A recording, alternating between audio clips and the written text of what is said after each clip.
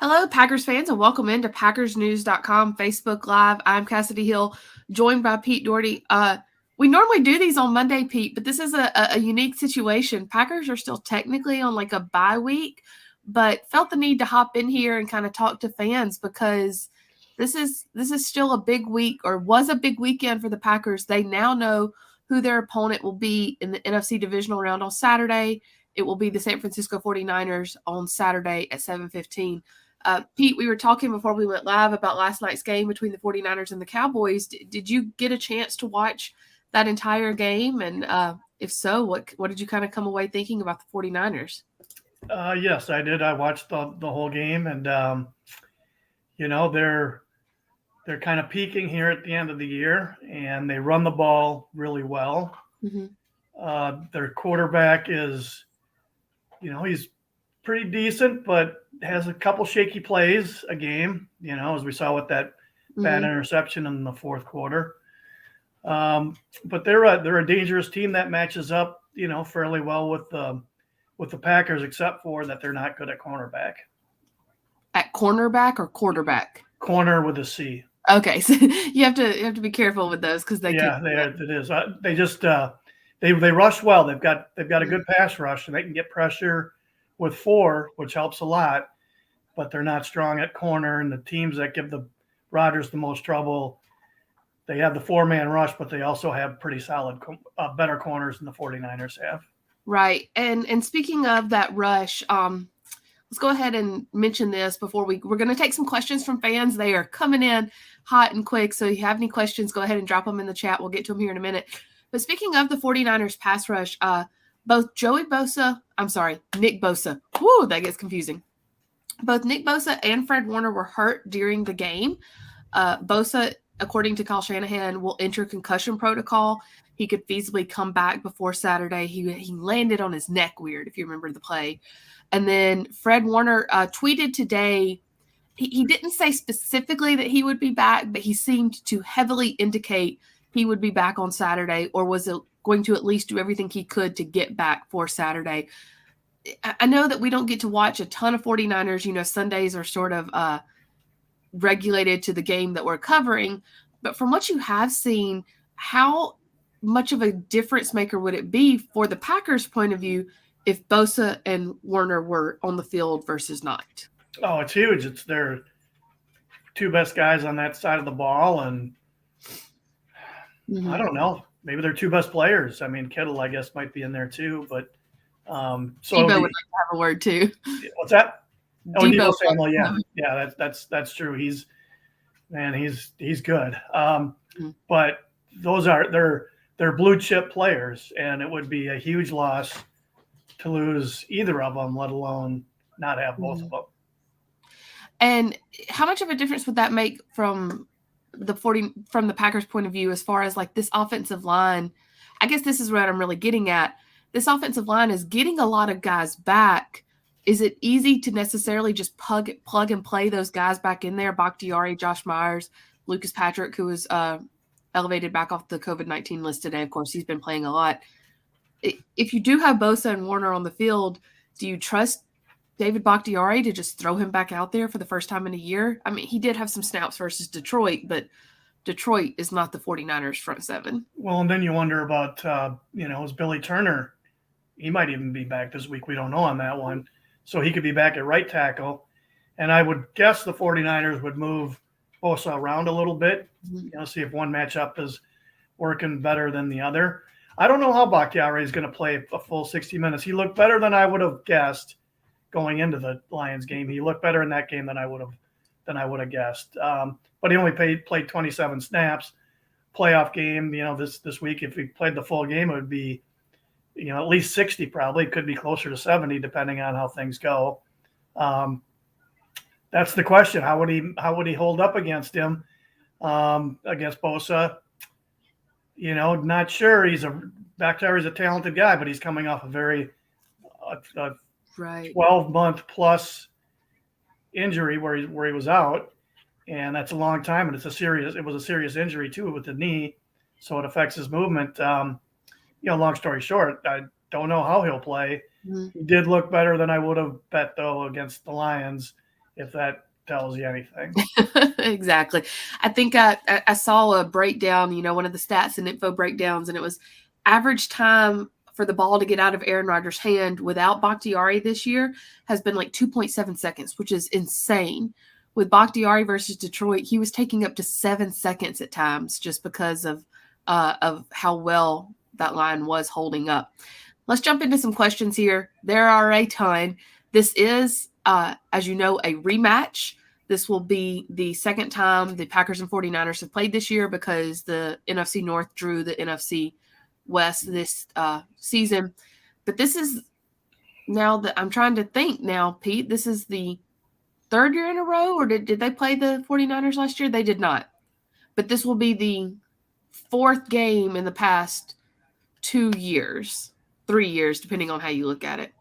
They played the 49ers twice in 2019. Yeah, and they played them in the regular season last year, but they did. Okay, I couldn't remember. But it was you just completely disregard that game.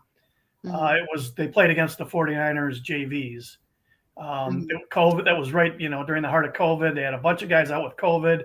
Garoppolo was out with an injury. Bosa, I think he missed almost the whole season last year, if I remember right. He didn't play in that game. Kittle was out with an injury in that game. I mean, almost every good player they had was out. And I think they might even been down to their third string quarterback. It was, it was a joke. So that game, tells us absolutely nothing. Yeah, but still essentially a rematch. And that's something that Daniel here points out, that 2022 Packers Revenge Tour is almost what this is setting up as. Feasibly, and a lot of this depends on what happens this weekend in the other NFC Divisional round game. Feasibly, the Packers' next 2 games could be the last 2 teams they faced in the NFC Championship. The 49ers in 2019, they faced the Bucs last year. The Bucs will face the winner of the Cardinals-Rams game, which is being played tonight. So you could essentially have the 2 teams that you have lost to the past 2 years that you now have to get through to get to the Super Bowl. Pete, you've been around this game a long time. Is there any sort of revenge factor mindset that plays into that for guys on the field, or is that just something we like to talk about off the field? Well, I think with at least some guys, I would have to think it's a factor. Now, they did beat the 49ers, a couple early this season in a really good game out in San Francisco. So I don't know if that takes any steam out of that, but the pasting the 49ers put on them in that championship game 2 years ago, that was just stunning. Right. How they ran the ball. Garoppolo threw 8 passes. It was ridiculous. But I got to think, if they end up playing Tampa, that game has to be sticking in the Packers' craw, for losing that home game when it looked like everything was set up for them to go to the Super Bowl last year. But, first things first, they've got to beat a 49ers team that's, played pretty well the last 2 months. Mm-hmm. Let's get into that 49ers team a little bit. Pack One asks, what's the most dangerous thing about the Niners? I feel the Packers are a good matchup for them. Now, Pete, before you answer, let me get my notebook here. We're going to play like a newlywed game. I'm going to write down what I think is the most dangerous thing, and then you're going to tell us what you think is the most dangerous thing, and we're going to see if we're on the same page. I've got a feeling we'll be on the same page here. Okay, wait a second. Let me write it down. Okay, what do you think is the most dangerous thing about the 49ers? So when these teams played back in, it was either late September or early October. It was, late September. Mitchell didn't play. He's their best running back, and they were not using Samuel in the backfield at all. So this is a different team, and the Packers have had their really good games against the run in the middle of the year, and they've had some really bad games early and late. I think it's going to be huge how the outside linebackers play holding the edge against the 49ers run game. Shanahan teaches the run better than anybody in the league, and the 49ers, it's just like with his dad's team with the Broncos. They run the ball really well, and it's going to be huge whether the Packers can keep the 49ers from dominating the ball on the ground. You went big picture.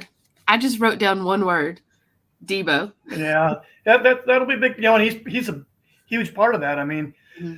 The thing that jumps out to me with him at running back is they run those toss plays and their zone plays. Mm-hmm. And he reminds me of, he looks like Aaron Jones there are those inside zone runs where Jones, they give him the ball, and as soon as he's got his hands on the ball, he's cutting it back already because his vision is so good, and he can see the backside is cleared for him. And Samuel, I mean, how many of those runs yesterday? He got the pitch going right. As soon as the ball's in his hands, he's already cutting back and going to the left and ripping off, anywhere from 8 to 15 or 20 yards. He had that touchdown after Dak Prescott threw a pick and the 49ers got the ball back on the Cowboys side of the field. It was one play. Yeah. Jimmy handed it off to Debo. He cut right, let a block get set up, cut back left, and hit a lane and ran in like a 30-something yard touchdown. It was incredible. Here's why I think he's the most dangerous part about the Niners.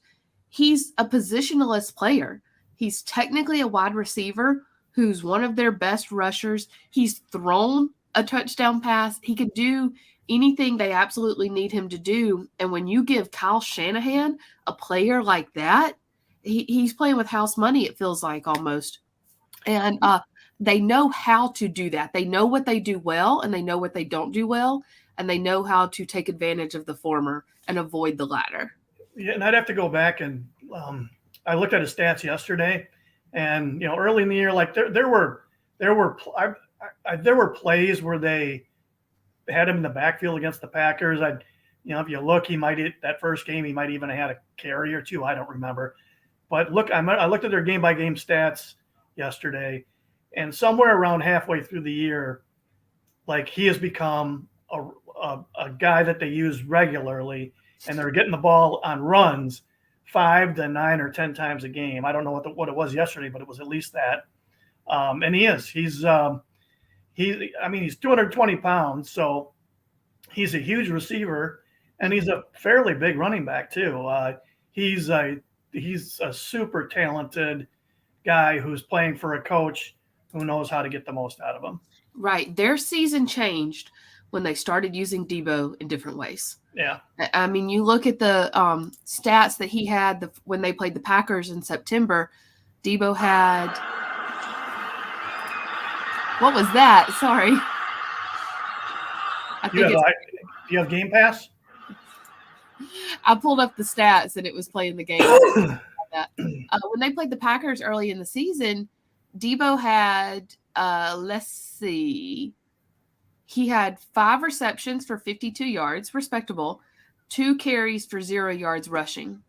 Yesterday versus the Cowboys, he had 3 receptions for 38 yards and 10 rushes for 72 yards and a touchdown. I mean, he can do whatever they need him to do. And that's something that Josh points out, and you said as well about Shanahan. Running teams scare him against the Packers. The 49ers have figured out that that's their strength. As you said, the Packers had a really good rush defense in the middle of the year.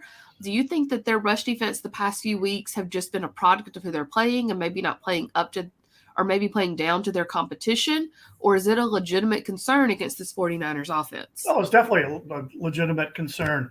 Baltimore, they had trouble. Now, some of that was the quarterback running, but it was still holding the edge.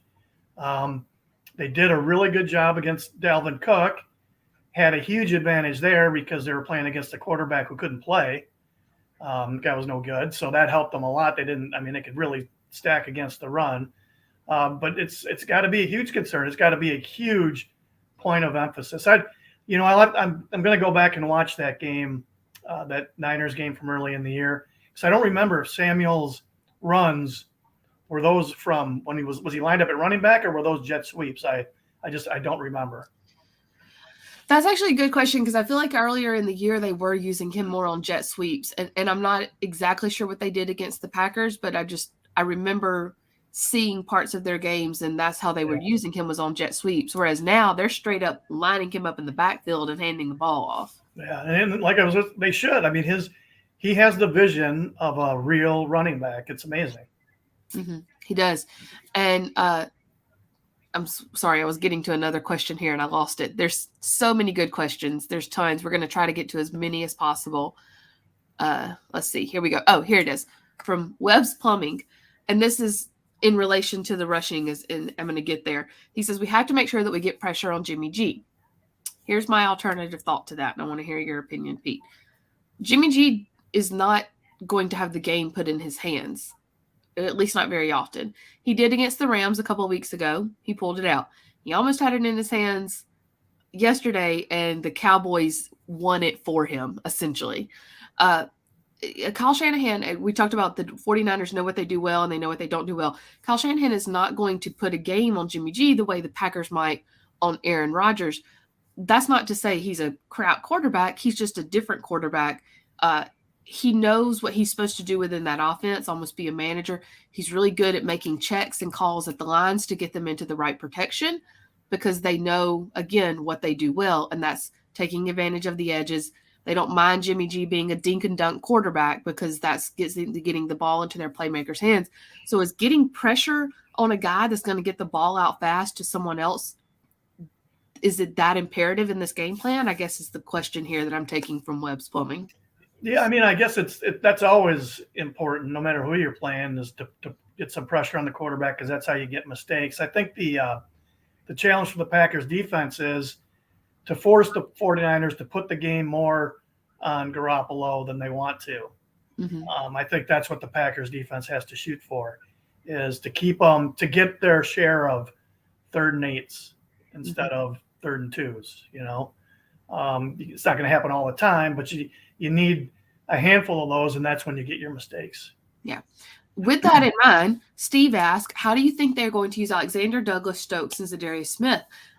There's almost like it's a good problem to have in a sense, but if Jair Alexander comes back, if Zadarius Smith comes back, it feels like you can insert Zadarius Smith in a little bit better, but you put Jair Alexander back in, and it's hard to say this about an all-pro, but you risk upsetting the apple cart of what has been a pretty decent corner unit.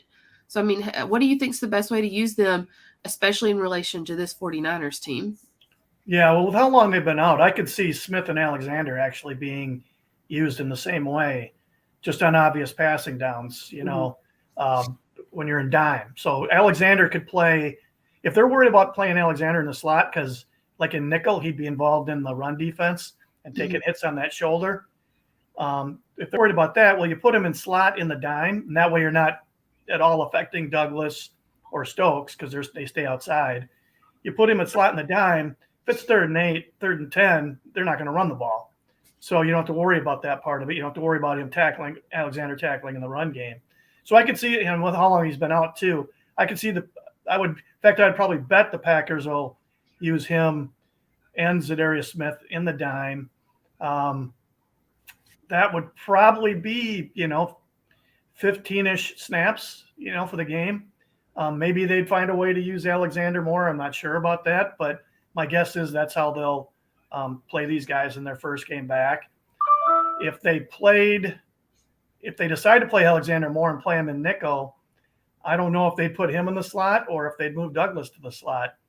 I'd be a little concerned about playing Alexander in there with coming off that shoulder injury and getting him hurt again. But if they feel like he's full go and he feels good, maybe they would play him in the slot. Otherwise, I'm thinking Alexander and Smith in the dime. That would be my best guess. I don't know what they're going to do, but that would be my best guess. I agree with you. I think that's how they're going to get Alexander back in there. And because you want to get him on the field, but it's hard to be taking either one of those outside corners off with how they've been playing here recently. And it's, like you said, probably 15 snaps because you're going to be getting into very few passing situations, at least with the 49ers, because with how Shanahan runs this offense, he's not going to call that, and Matt LaFleur knows that. Dan says, his opinion, the offense will show up, the defense needs to in order to win. Do you think that's the key? Is it going to be the Packers defense? It always matters. The Packers are still, when you get down to it, they're an offensive team. Mm-hmm. They've got a $35 million a year quarterback. They've got the best receiver in the game. They've got as good a 1-2 punch at running back as anybody in the league. They've got a really good deep threat with Valdez-Scantling. Mm-hmm. So they're a team that's got to win with offense more than defense. They're built that way. That's where the majority of their talent is. But, if the defense comes out, obviously it matters a lot. And if they play anything like they did in that championship game 2 years ago, you just have no chance when your defense plays like that. Yeah, exactly. Sabrina asked, are special teams the biggest concern, especially with the 49ers loving trick plays on fourth downs? I'll admit I haven't seen to know if they run a lot of trick plays on fourth downs. Special teams, though, for the Packers have been a concern this season. And Mike even asked farther down here, is Amari Rodgers done for the season with Randall Cobb back and David Moore returning? Do you think we've seen the last of Amari Rodgers? Don't know. They used him that last game, right? If I remember right. I guess, versus Detroit, yes. Yeah, but, COVID took one of their return guys out of that. I'm not sure what they've showed remarkable faith. I could see them using Cobb just to catch punts because he's no threat to do a lot with it, but just to catch them. And, yeah, it's funny, I don't know if you caught that watching the 49ers game, but they talked to Shanahan.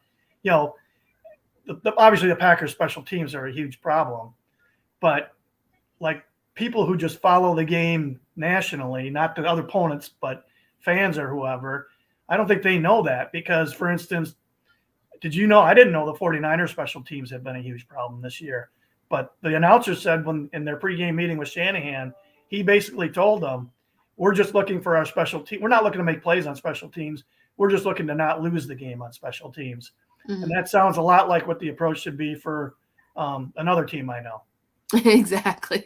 At that point, you're just wishing and hoping and praying every time that they step out on the field. Had a good question up here about the actual field. Also for Mike. Oh, we got back-to-back questions for Mike. In regards to the heating coils, snow, etc., can the Lambeau grounds crew prepare the field as desired by the Packers? I don't think there's going to be any one way or the other that the Packers would want it. And for safety reasons, both teams are going to want it to be heated, correct? Yeah, and the I think the league even has field monitors, especially for the playoffs. And the Packers they are in these NFL teams, especially the Packers have always been insane about the field and the way to take care of it and to not let anybody even touch one blade of grass during the week unless it's a player. So no, they'll have the heating conduits going. They'll have it covered. They have ways to artificial sunlight to keep the grass going that they use every day. So it'll probably be, they haven't had to play on it for several weeks. I would guess it should be in really good shape. Mm-hmm. With that in mind, John says that he believes it's imperative that Green Bay run the ball to win the next 3 games. Well, let's just focus on Saturday for right now because they face 3 great teams whose offenses we need to keep off the field. That's how the 49ers have bled teams to death this season, is they've just held onto the ball and almost doubled up their time of possession. Do you think LaFleur, John asked, do you think LaFleur will commit to the run this game? I would think so. Now, like I said, the one thing with the 49ers is they're not strong at corner. Mm-hmm. And so the Packers are going to want to attack that too. But the strength of, one of the real strengths of their personnel is these 2 running backs. Now, the thing is, if you're going to run the ball a lot, that's great. And if they move the ball, that's great. But, it's always important to get touchdowns and not field goals. But when you do it if you run as much as we're talking here, you really need touchdowns because you're not going to get as many possessions. So they have to make sure they finish those drives. But, I do wonder with the 49ers a little bit because of the weakness at corner, but I think they are going to want to run it. Tampa, that's a whole different discussion with that team and that run defense, and we should just table that because, the Packers don't win this week. That won't matter anyway. Mm-hmm. But I would think the run game does figure in pretty big for the rest of this season. And even though the stats, where they rank in rushing yards, running stats can be a little deceiving sometimes. And I think the run's been fairly important with the Packers all season. But yeah, especially playing at Lambeau in January, it's always a little more important to be able to run the ball, especially if they get a really cold or a super windy day, then you really have to run it. And it will be cold.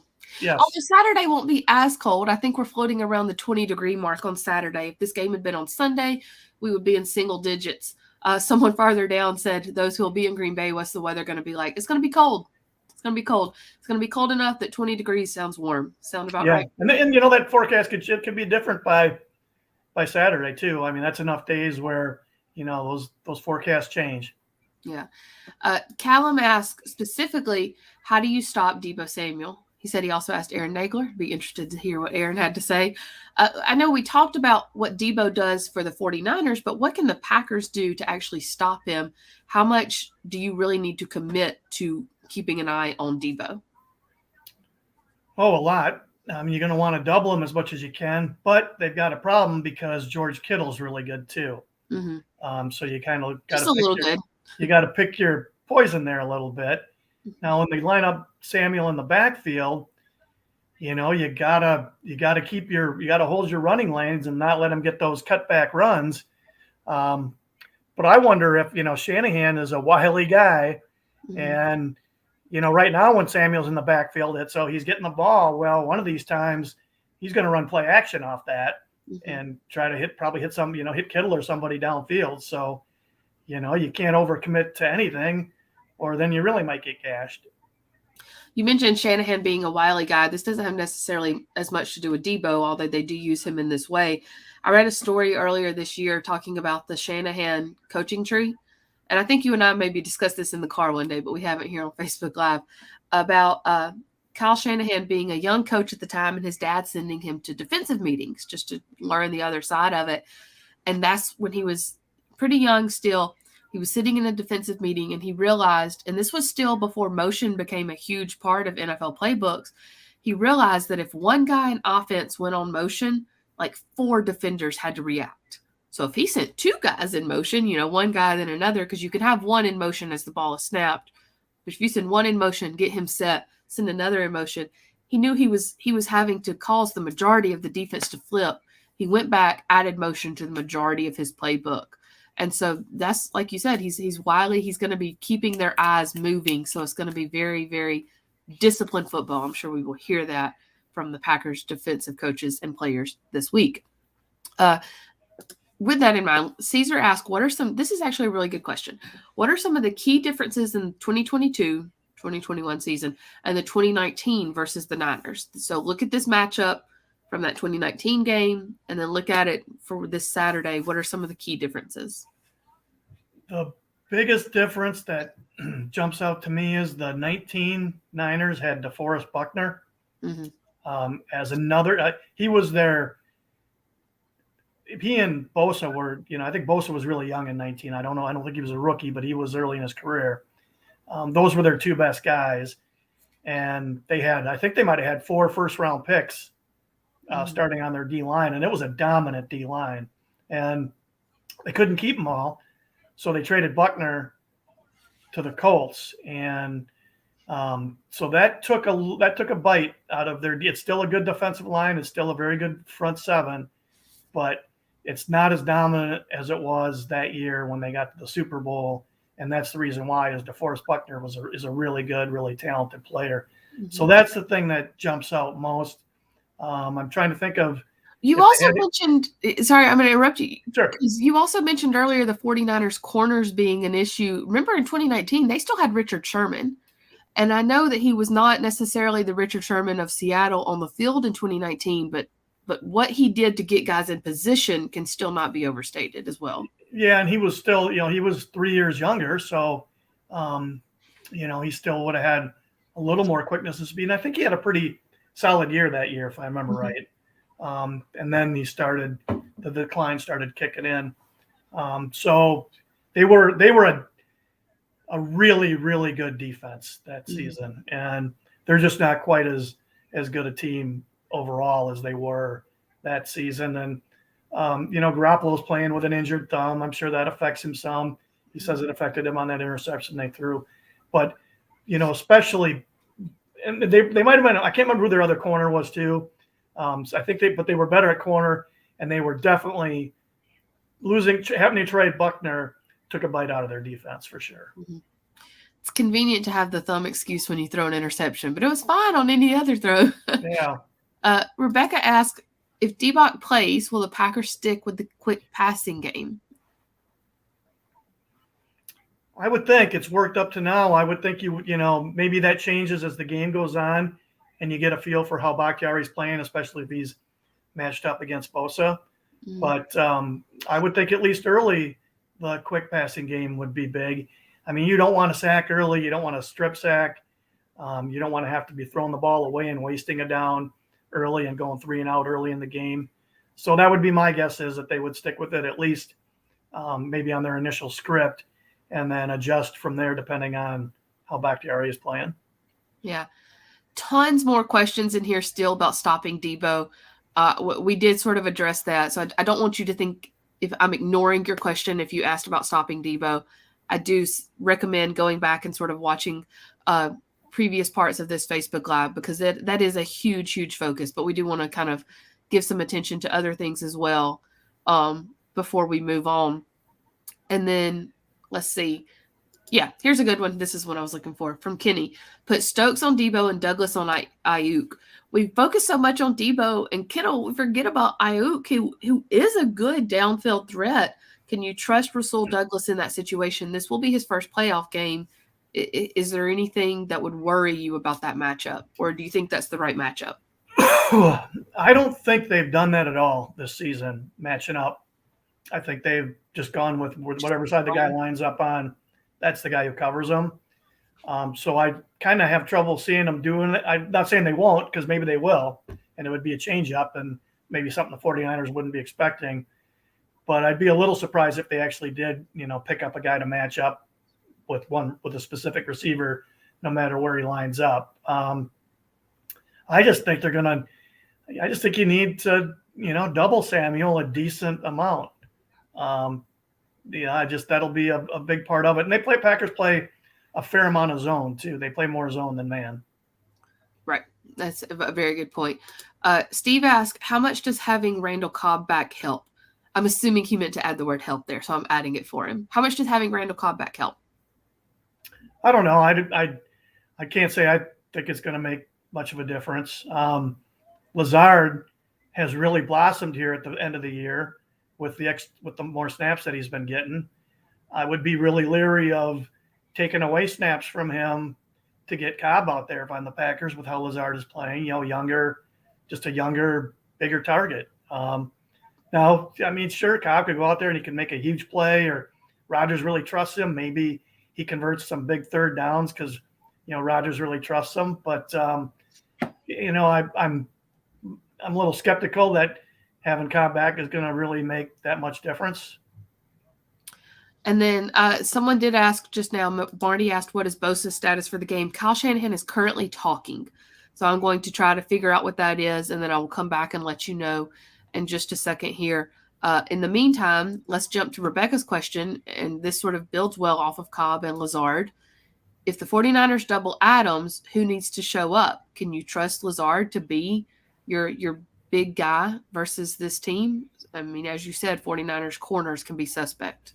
Yeah, you have to. You have to trust him. You have Valdez Scantling, assuming that his back's okay and that he's able to go. They'll have to get something out of both of those guys. Maybe a little bit out of DeGuara.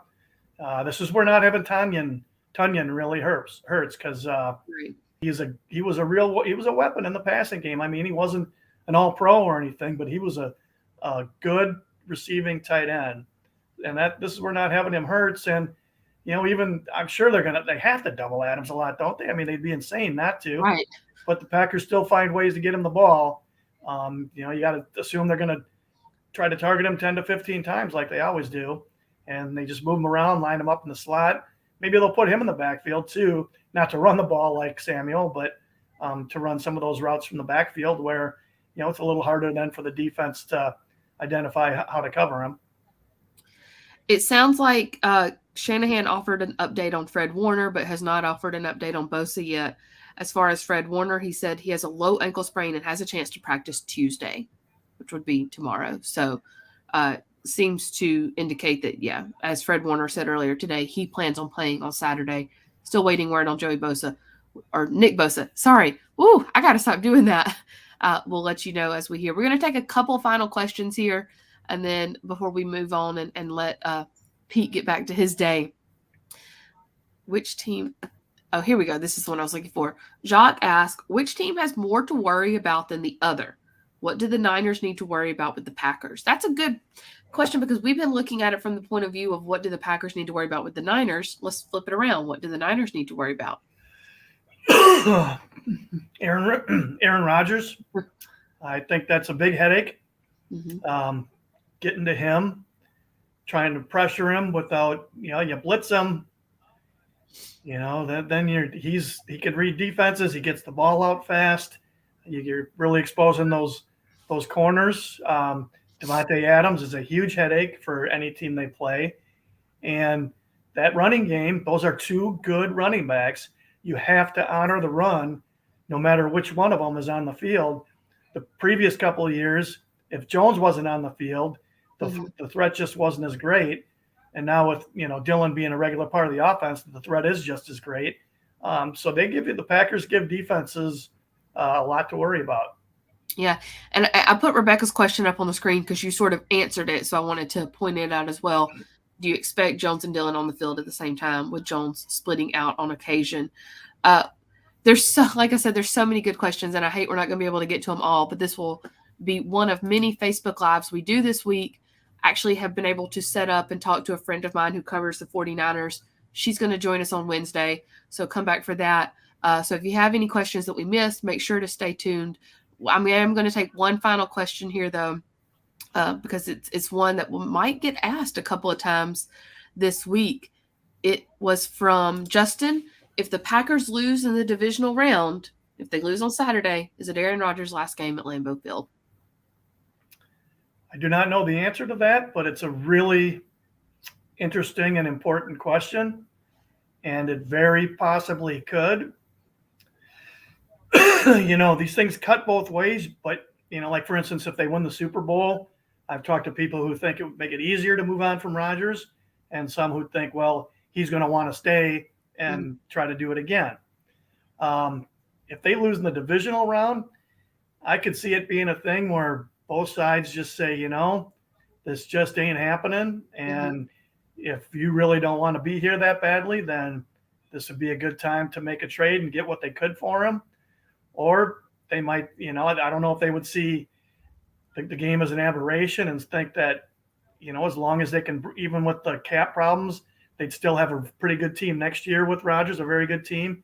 My inclination is if they lose this one, that probably increases the chances that he's not back.